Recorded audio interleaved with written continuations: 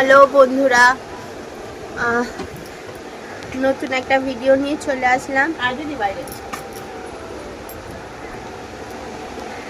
সবাইকে রাখি পূর্ণিমার অনেক অনেক শুভেচ্ছা।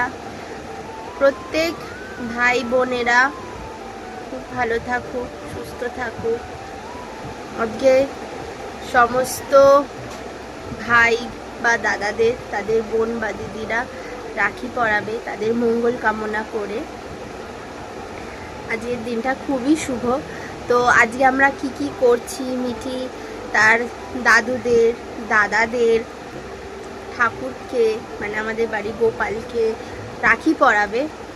তো সব কিছু শেয়ার করব, তোমরা সাথে থেকো। আর আমার ভিডিও কেমন লাগছে কমেন্ট করে জানিও।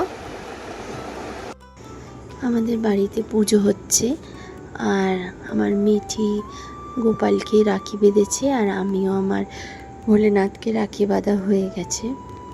তো আমি গল্প শুনেছি একটা, যে কথিত আছে ভগবান শ্রীকৃষ্ণ তার নিজ বোন সুভদ্রার থেকেও বেশি স্নেহ করতেন দ্রৌপদীকে। তো সেই জন্যে সুভদ্রা মা একদিন ভগবানকে বলছেন যে দাদা, দ্রৌপদীকে তুমি আমার থেকে বেশি কেন স্নেহ করো? দ্রৌপদী তো তোমার নিজ বোন না। তখন ভগবান বললেন যে একদিন সময় আসুক, ঠিক সময় আসলে তুমি তোমার উত্তর ঠিক পেয়ে যাবে। তো একদিন ভগবানের আঙুল কেটে অঝরে রক্ত পড়ছিল। তো সুভদ্রা বুঝে উঠতে পারছিল না যে কি করে রক্তটা থামাবে। তো সেই সময়ই উপস্থিত হন দ্রৌপদী। তো এসে দেখে যে ওরকম রক্ত পড়ছে। তো উনি কিছু না ভেবেই তার বস্ত্রটা যে পরেছিলেন রেশমের শাড়ি, আঁচল ছিঁড়ে দিয়েই আগে সেই আঁচলের একটু টুকরো আঙুলে বেঁধে দেন এবং রক্ত থেমে যায়। তো তখন শ্রীকৃষ্ণ তার সুভদ্রা বোনকে বলছে, দেখছো বোন, কেন আমি বেশি স্নেহ করি? কারণ সে দাদার রক্ষা করার জন্যে তার শাড়ির টুকরো ছিঁড়ে আমার হাতে বেঁধে দিল, সে কোনো কিছু না ভেবে। আমি আজ থেকে শপথ নিলাম যে তার রক্ষাও আমি করব। তো আপনারা সবাই জানেন দ্রৌপদীকে ভগবান রক্ষা করেছিলেন বস্ত্রহরণের সময়।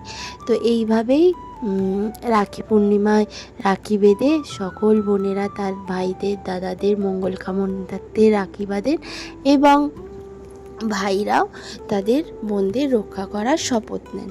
কিন্তু বর্তমান যুগে এখন তো আর এরকম অটুট বন্ধন দেখা যায় না।